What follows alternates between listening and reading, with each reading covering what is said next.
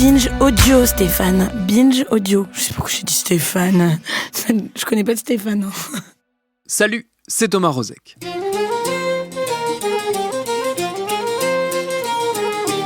Madame, mademoiselle, monsieur, bonsoir. Nantes était donc hier la capitale de la Bretagne, le temps d'une manifestation de la réunification.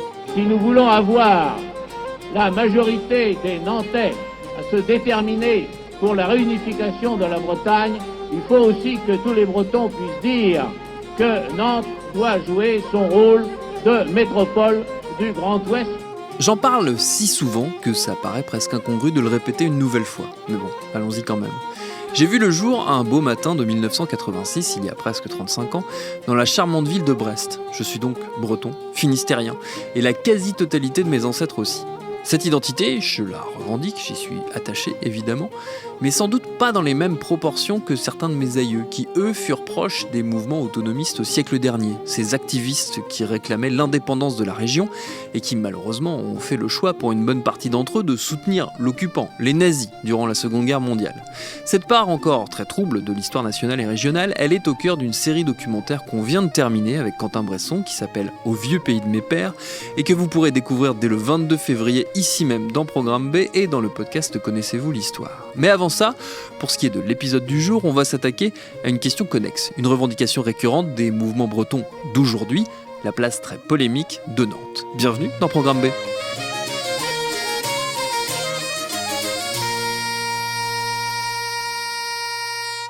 Et c'est une question tout à fait actuelle, puisque début février, le conseil municipal de la ville de Nantes a voté un vœu demandant au gouvernement d'organiser un référendum sur le rattachement du département Loire-Atlantique à la région Bretagne. Mais d'où vient cette idée tellement ancienne qu'elle n'est que rarement décortiquée ? J'en ai discuté tout récemment avec le chercheur Ronan Calvès. Il est professeur de celtique à Brest, à l'Université de Bretagne occidentale, où il dirige le CRBC, le Centre de recherche bretonne et celtique. Évidemment, je lui ai posé d'emblée la question qui fâche.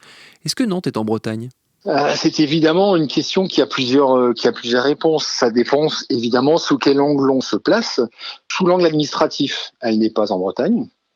Sous l'angle historique, c'est-à-dire si l'on considère que la Bretagne ducale a existé, il a existé un duché de Bretagne. On peut peut-être expliquer ce que c'est la Bretagne ducale, par quoi, qu'est-ce que vous entendez par ce terme ? On va commencer par le début en fait, c'est-à-dire qu'on va commencer par maintenant. Là, actuellement, je suis à Brest. Brest se trouve au bout de ce qu'on appelle la Bretagne. La Bretagne, c'est actuellement ces 4 départements, le Finistère, là où se trouve Brest, les Côtes-d'Armor, le Morbihan, et puis l'Ille-et-Vilaine, là où se trouve Rennes. Ça, c'est la Bretagne administrative. Il y a eu tout au long de l'histoire différents statuts. En fait, là, je parle de départements qui ont été créés en décembre 1789. C'est actuellement le cadre administratif de la Bretagne, c'est le cadre qui régit la grande majorité de la vie sociale des gens. Mais il se trouve que avant d'être départementalisée, avant d'être une région, la Bretagne a aussi été dans son histoire un duché. Donc un duché, c'est une entité dotée de pouvoir conséquent, de pouvoir de justice, de pouvoir même de monétisation. On fait sa monnaie, on a une armée. Et ce duché de Bretagne, donc à la tête d'un duché, il y a un duc ou une duchesse. Et ce duché, il a existé, pour faire vite, jusqu'en 1532. Le duché, c'est une partie d'un royaume. Le royaume, c'était le royaume de France. C'était une partie. Le duc, il était sous les ordres du roi. Et évidemment, le duc, il essaye, lui, d'avoir plus de pouvoir.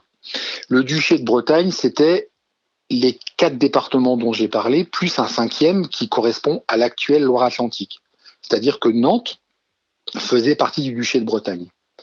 Lorsque le duché de Bretagne, en 1532, est annexé au Royaume de France, la Bretagne devient province. Il existe donc une province de Bretagne. Le palais des ducs qui se trouvait à Nantes est déplacé à Rennes avec un parlement, comme dans toute province du royaume. En 1789, avec la Révolution et très précisément le 4 août 1789, avec la suppression des privilèges, les provinces n'existent plus. Et d'une certaine façon, la Bretagne n'existe plus, au même titre que la Bourgogne. Il n'y a plus de province bretonne. On crée des départements, le département devient l'entité administrative qui régit la vie non plus des sujets mais des citoyens. Et lorsque sont créées des régions sous Vichy, pendant la Seconde Guerre mondiale, la Bretagne, l'entité Bretagne, la région Bretagne est créée, mais sans le département de la Loire inférieure à l'époque, c'est-à-dire l'actuelle Loire-Atlantique. Ce qui fait que lorsque la régionalisation se met en place à partir de 1980, réellement c'est à partir de l'arrivée de François Mitterrand au pouvoir qu'une vraie régionalisation se met en place, c'est-à-dire qu'un pouvoir régional se crée, eh bien la région Bretagne, elle est à 4 départements. Donc d'une certaine façon, ma réponse, elle est très longue, très complexe, elle est très chiante. Parce que la question n'était pas chiante, la question était complexe. Et évidemment, maintenant, pour répondre à la question, eh bien, actuellement, Nantes n'est pas en Bretagne et Nantes ne fait pas partie de la Bretagne. Dans tout le kit identitaire nationaliste, Nantes a toujours fait partie de la Bretagne, c'est-à-dire que l'une des revendications qui est l'une des idées reçues, l'une des évidences, lorsque l'on est régionaliste, nationaliste, lorsqu'on est attaché à la Bretagne, l'une des évidences, c'est que Nantes est en Bretagne. Et évidemment, derrière, il y a des implications qui sont des implications politiques. Nantes en Bretagne, ça veut dire la Bretagne ducale et provinciale. Ça veut dire la nature bretonne. Mais qu'est-ce que veut dire une nature bretonne? Qu'est-ce qu'une naissance bretonne? Est-ce que les Nantais, est-ce que les Loire-Atlanticiens sont bretons? Est-ce qu'ils se sentent bretons? Ça, c'est une question après qui dépasse très largement le simple cadre de cette question. Pas si naïf que ça. Moi, il y a un aspect de tout ça qui m'intrigue pas mal, c'est notamment la question de la langue. Alors, c'est un sujet là aussi assez complexe dans cette belle région de la Bretagne. On ne parle pas forcément la même langue en fonction des différents coins de la région. Mais est-ce qu'on parle breton à Nantes? Est-ce qu'on a parlé breton à Nantes? Et est-ce qu'il y a une trace, une histoire du breton dans ce coin-là de la supposée Bretagne, en tout cas de la Bretagne ducale? Alors, oui et non. C'est-à-dire que non, parce que à Nantes, vu les connaissances historiques que l'on a actuellement, on n'a jamais parlé breton à Nantes, c'est-à-dire que le breton n'a jamais été pratiqué comme langue transmise, comme langue de pratique sociale, de pratique culturelle à Nantes, pas plus qu'à Rennes. Mais donc ça c'est non. Mais oui, dans la mesure où il y a eu aussi, et ça c'est important à souligner, il y a eu une diaspora de bas bretons et de bas bretonnes, c'est-à-dire les habitants de la Basse-Bretagne. Et là, il faut que j'introduise un élément de complexification de ce que l'on appelle Bretagne, c'est que la Bretagne n'est pas une et indivisible. C'est-à-dire que la Bretagne, c'est plusieurs choses, et notamment, il y a une des frontières une frontière symbolique qui existe en Bretagne, c'est la division, la répartition, en tous les cas la bipolarité entre, d'une part, la Basse-Bretagne. Ce qu'on appelle la Basse-Bretagne, c'est ce qui est à l'ouest d'une ligne Saint-Brieuc-Vannes. C'est-à-dire que c'est en gros donc tout le Finistère, une partie des Côtes-d'Armor et une partie du Morbihan. Cette partie-là, c'est là où, historiquement, on a parlé breton depuis au moins on va dire, sur le 5e siècle, là où on parle une langue qui est très différente du français, ou en tous les cas très différente des parlers romans qui étaient parlés à l'est de la ligne Saint-Brieuc-Vannes, à l'est de cette ligne-là, que ce soit en Bretagne, c'est-à-dire une partie des Côtes-d'Armor, l'Ille-et-Vilaine, le Morbihan et l'actuelle Loire-Atlantique, on parlait ce qu'on appelle des parlers romans, que l'on qualifie comme étant des parlers gallo. Ce sont des parlers qui sont d'origine latine, qui sont d'origine romane. Mais le breton, il a été parlé à la limite de Rennes, il a été parlé jusqu'à l'île d'Ars, il a été parlé très très loin, presque en Loire-Atlantique aussi. Mais pour des raisons historiques, pour des raisons sociolinguistiques, pour des raisons sociales, il n'a pas été parlé à Nantes, il n'a pas été parlé à Rennes. Il a été parlé à Nantes et à Rennes lorsque des bas bretons ont émigré dans ces capitales. Et donc, évidemment, il y a des gens qui ont continué à parler breton parce qu'ils étaient bretonnants, qui ont continué à parler breton et à Nantes et à Rennes ou dans d'autres villes où on avait besoin de force de travail et où peu importait ce que parlaient les ouvriers, les artisans, il fallait de la main-d'œuvre, alors qu'elle soit bas bretonne, qu'elle soit italienne, qu'elle soit portugaise ou qu'elle soit espagnole, peu importe. Et il se trouve qu'à Nantes, il y a eu une forte communauté bas bretonne, donc de Bretons de Basse-Bretagne, qui sont venus travailler. Mais alors, comment expliquer, si ce n'est par des raisons bassement de marketing politique, le choix du département Loire-Atlantique d'apposer la langue bretonne un peu partout, notamment je pense à ces fameux noms de villes qu'on voit sur les panneaux, où on nous indique très fortement qu'on est dans une localité supposément bretonnante. Je ne suis pas sûr que ce soit un choix du département de Loire-Atlantique. Je pense qu'en effet, il existe dans certaines villes de Loire-Atlantique une signalétique bilingue, c'est-à-dire que le nom de la ville, de la commune, a son nom français et son nom breton. Il se trouve que pour certaines villes de Haute-Bretagne, c'est-à-dire à l'est de la Basse-Bretagne, alors juste une petite précision, pourquoi Basse-Bretagne, Haute-Bretagne? En fait, Basse-Bretagne, c'est parce que c'est le plus éloigné du pouvoir central. Ça n'a pas du tout de connotation péjorative. C'est juste une question de bas et haut, c'est-à-dire de loin ou de près, quoi. Pour revenir à ce que je disais de la signalétique, il y a un certain nombre de villes de Haute-Bretagne qui ont un nom breton qui est attesté. Moi, mon grand-père, né en 1907, connaissait le nom breton de Rennes, Raozoun, il connaissait le nom de Nantes, Naonnet, il connaissait le nom de Bordeaux. Alors pourquoi Bordeaux? C'est pas la Haute-Bretagne, mais parce qu'il y a eu depuis très longtemps des échanges commerciaux entre Bordeaux et la Bretagne, des échanges économiques vinicoles évidemment. Donc il y a des noms qui étaient connus. Mais il se trouve que pour le reste, il est intéressant de remarquer que les communes qui se trouvent vraiment à la frontière du département de Loire-Atlantique, dans le sud du département, c'est assez frappant de voir que lorsque l'on rentre en Loire-Atlantique, on trouve des panneaux signalétiques bilingues pour des noms de communes qui n'ont jamais eu de nom breton. Donc là, ce sont des inventions pures et dures. Ce sont des créations à partir de ce que le nom aurait pu devenir. C'est un choix linguistique, mais que la commune assume, alors pour des raisons qui ne sont pas... Je doute, mais peut-être que je fais de l'ironie facile et auquel cas c'est pas bien du tout, je doute que ce soit par amour de la langue bretonne.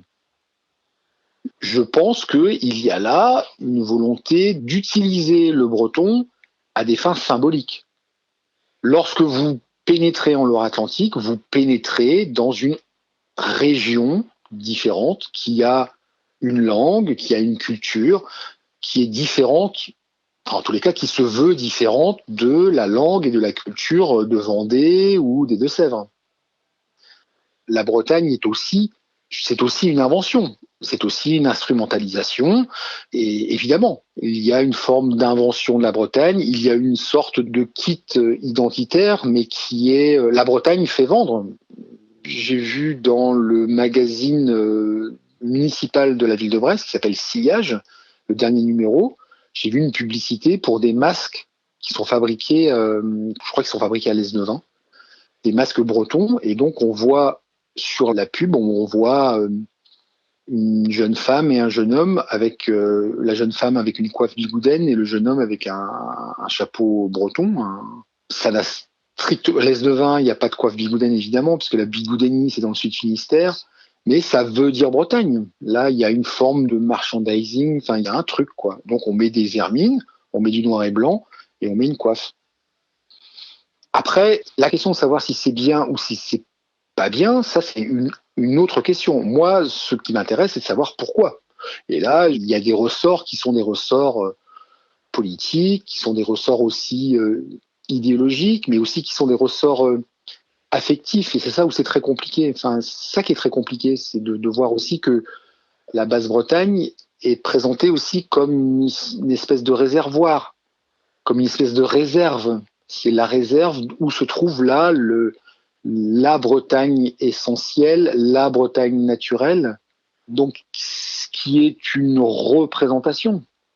ce qui est une invention aussi, mais ce qui aussi veut dire quelque chose et qui aide aussi peut-être les gens à mieux vivre. Mais ça, après, c'est une question très très vaste. Moi, ce que j'observe, c'est qu'en tous les cas, il y a une instrumentalisation de la langue bretonne, ça c'est évident, au niveau régional, mais aussi également dans certains endroits de la Loire-Atlantique. Et donc, c'est ça qui est intéressant. Est-ce qu'il n'y a pas une question de déséquilibre aussi potentiellement économique avec ce rattachement d'une très grande ville et donc d'une métropole vraiment à une région qui compte plusieurs grandes villes mais qui n'a pas encore de pôle déséquilibrant entre Brest et Rennes qui se compensent un peu l'un l'autre? Parce que là, vous faites comme si le rattachement de Nantes à la Bretagne était acté, en fait, c'est ça? Bon, disons si on suppose. Ah d'accord, si on suppose. Bon, alors en fait, le rattachement de Nantes à la Bretagne, il y a des arguments qui sont des arguments qui se veulent historiques. Nantes a fait partie de la Bretagne, donc c'est normal que Nantes soit en Bretagne. Ça, pour moi, c'est des discours naturalistes et essentialistes. Mais pourquoi pas? En effet, il existe des frontières de la Bretagne ducale et provinciale. Bon, après, il y a des arguments politiques, et c'est des arguments qui sont là aussi très intéressants, c'est que certains politiques ou certains citoyens disent que c'est bien que Nantes entre en Bretagne. Pourquoi? Alors en général, c'est des bas-bretons qui disent ça, évidemment. Mais c'est bien que Nantes vienne en Bretagne, soit rattachée à la Bretagne. Pourquoi? Parce que ça veut dire qu'il y aura donc du coup non plus une querelle, enfin c'est pas une querelle, il n'y a pas de querelle entre Brest et Rennes, mais il y a des enjeux de pouvoir, évidemment. Il y a du mépris brestois pour les Rennais, considérés comme des bourgeois, et Rennes étant considérée comme la dernière station de métro avant Paris. Et il y a de la part des Rennais une forme de mépris ou de condescendance. Enfin, en tous les cas, c'est comme ça que c'est vécu à Brest, une forme de condescendance pour Brest ou pour la Basse-Bretagne. Nantes en Bretagne veut dire qu'il y aura une guerre des chefs, c'est-à-dire une guerre entre Nantes et Rennes pour le leadership. Auquel cas, Brest s'en tirerait. Voilà donc des arguments que l'on entend. Après, certains disent le contraire, mais non, il faut qu'on continue à être dans une compétition, une saine compétition. Une saine compétition entre Rennes et Brest, parce que si Nantes entre en jeu, c'est la mort de la Basse-Bretagne. Là, on est très clairement dans des questions politiques, et là, moi, je n'ai pas d'avis sur la question, en fait.